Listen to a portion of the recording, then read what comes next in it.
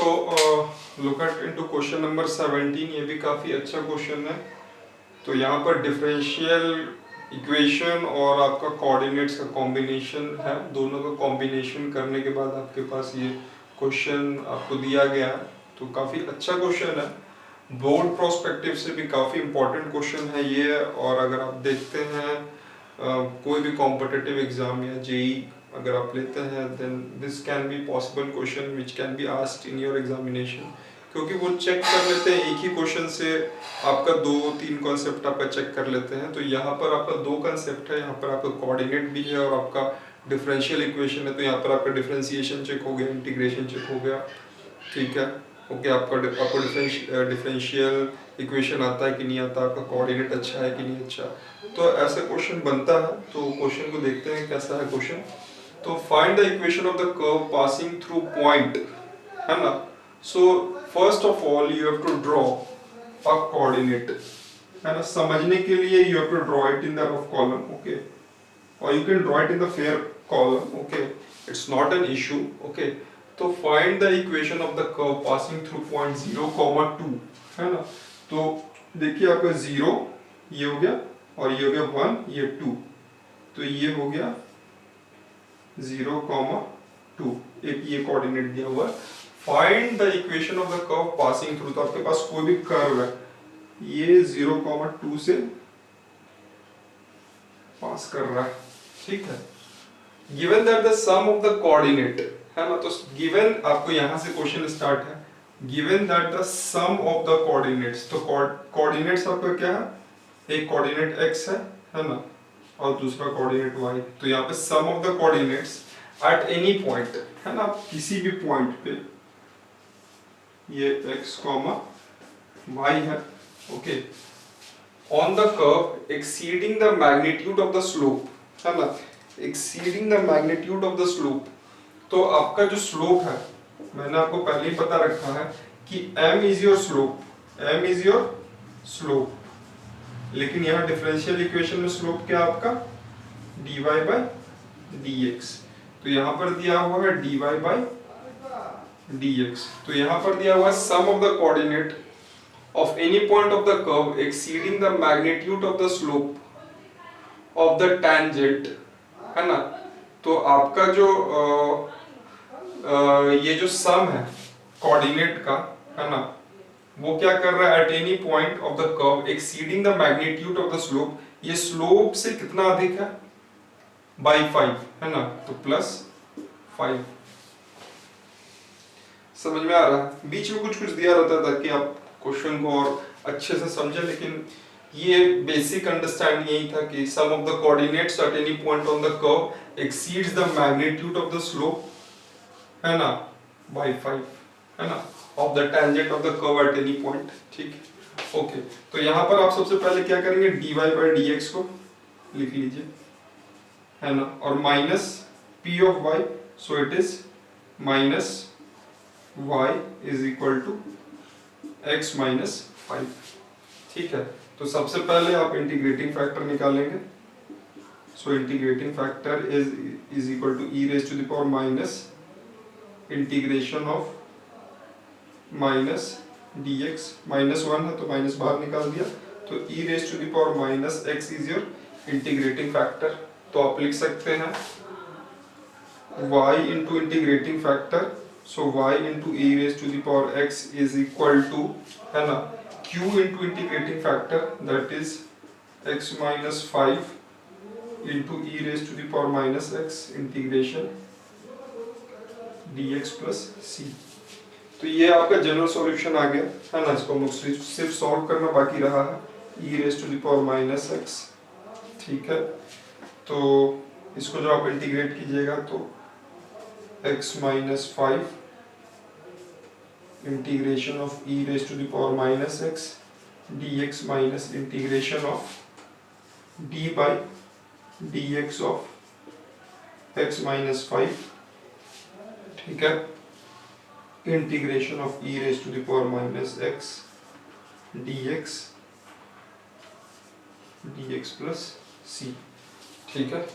तो हम लोग लिख सकते हैं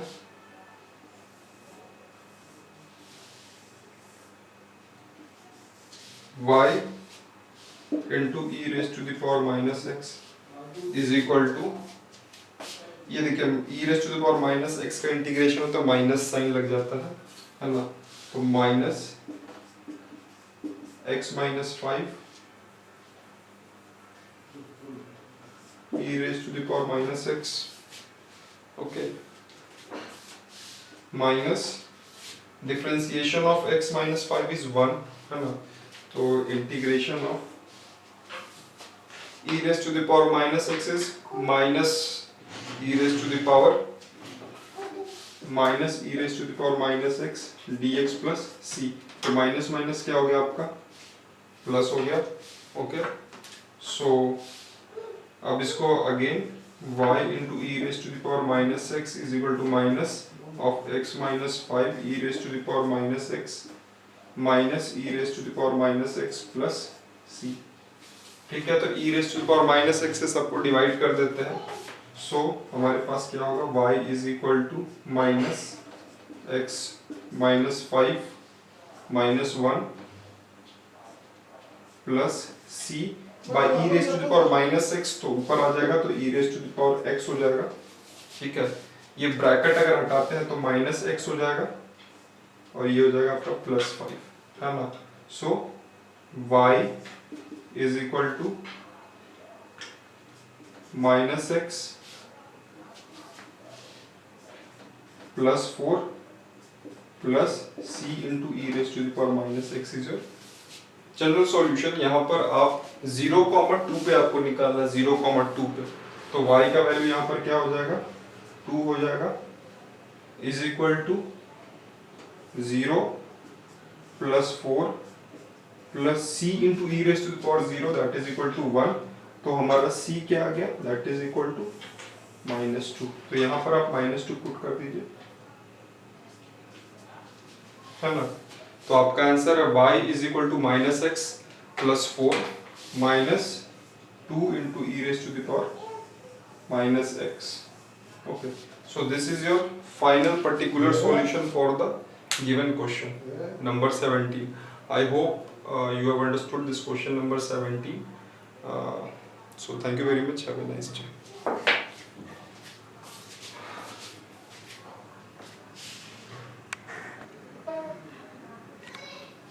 हेलो स्टूडेंट्स, तो हम लोग देखने जा रहे हैं आखिरी का क्वेश्चन नंबर 18 और 19. यहाँ पर सिर्फ आपको इंटीग्रेटिंग फैक्टर निकालना, आपके पास 4 ऑप्शन दिया हुआ है, तो हम लोग चेक करते हैं क्वेश्चन नंबर 18 का इंटीग्रेटिंग फैक्टर क्या है. So x dy by dx plus p of y, okay. तो यहाँ पर आपका क्या हो जाएगा integrating factor, that is equal to e raise to the power integration of p dx. So it is e raised to the power integration of -1 dx. So e raised to the power minus x is the integrating factor for question number 18. Okay. So 18 का option A है. Let me check the answer. So 18 का option C बोल रहा है. Okay. 1 by x. Am I sure? Okay. 9.6. 18 का C. Okay okay sorry, तो यहाँ पर एक गलती हो गया है, तो कुछ नहीं करना है. यहाँ पर हमारा क्या छूट गया है, dy by dx को हम लोग पूरा इंडिपेंडेंट कर देते हैं. तो dy by dx minus 1 by x और y is equal to 2x. Okay, तो अब आपका इंटीग्रेटिंग फैक्टर क्या हो जाएगा, is equal to e raised to the power minus integration e raised to the power integration of p dx. So it is e raised to the power integration of 1 by x dx. So it is e raised to the power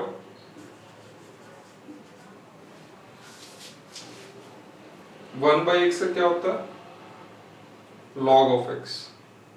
okay sorry, यहाँ पर एक minus sign दिया ना, तो plus of minus 1 by x हो जाएगा, तो minus 1 by x हो जाएगा, तो माइनस लॉग ऑफ एक्स, तो e raise to the power log of 1 by X. So e log cancel कर देगा, so your integrating factor is 1 by X. तो क्वेश्चन नंबर 18 का आपका ऑप्शन नंबर सी है. So option C is the answer. Okay, अब ये question number 19 देखिए। तो इसमें आपको क्या करना है, dx अपॉन dy को सेपरेट कर लेना है, प्लस, है ना। तो यहाँ पर y था, y के अंदर था आपका p, तो यहाँ x के अंदर आपका हो जाएगा p, तो y by 1 minus y square is equal to ay upon 1 minus y square. तो यहाँ से तो कोई काम है ही नहीं, है ना, सिर्फ हमको इंटीग्रेटिंग फैक्टर निकालना है। तो आपका इंटीग्रेटिंग फैक्टर क्या हो जाएगा, is equal to e raise to the power integration of p dy, so it is e raised to the power integration of y upon 1 minus y square dy, है ना। तो यहाँ पर 1 minus y square is equal to क्या मान लीजिए, t मान लीजिए, 1 minus y square is equal to t, तो minus 2y dy is equal to dt हो गया। तो आपका y dy क्या हो जाएगा, is equal to dt by minus 2, है ना, is equal to e raised to the power integration of, है ना, y dy is equal to dt by minus 2, तो minus 1 by 2, और इस 1 minus y square is equal to हमने क्या ले लिया था, t, so is equal to e raised to the power minus 1 by 2 log of t, है ना। सो ये माइनस 1 by 2 को अंदर ले लेंगे, है ना। So e raise to the power log of 1 by 2 मतलब हो गया रूट, और माइनस लग गया तो 1 by root T, 1 by root T. So e log cancel कर दिया, so we have got 1 by root T as a solution. Okay, और यहाँ पर t का वैल्यू क्या था, 1 minus y square. So answer will be equal to 1 by under root 1 minus y square। तो 1 by under root 1 minus y square is option number D। So option D, option D है आपका question number 19 का solution. So I hope you have understood how to find out the integrating factor. So with this we have completed our differential equation completely from exercise 9.1 to 9.6। Okay, I hope आपको बहुत अच्छे से समझ में आया होगा। तो प्लीज़ शेयर कीजिए वीडियो को, है ना, ताकि ज़्यादा से ज़्यादा लोग इसे देख सकें। So thank you very much, have a nice day.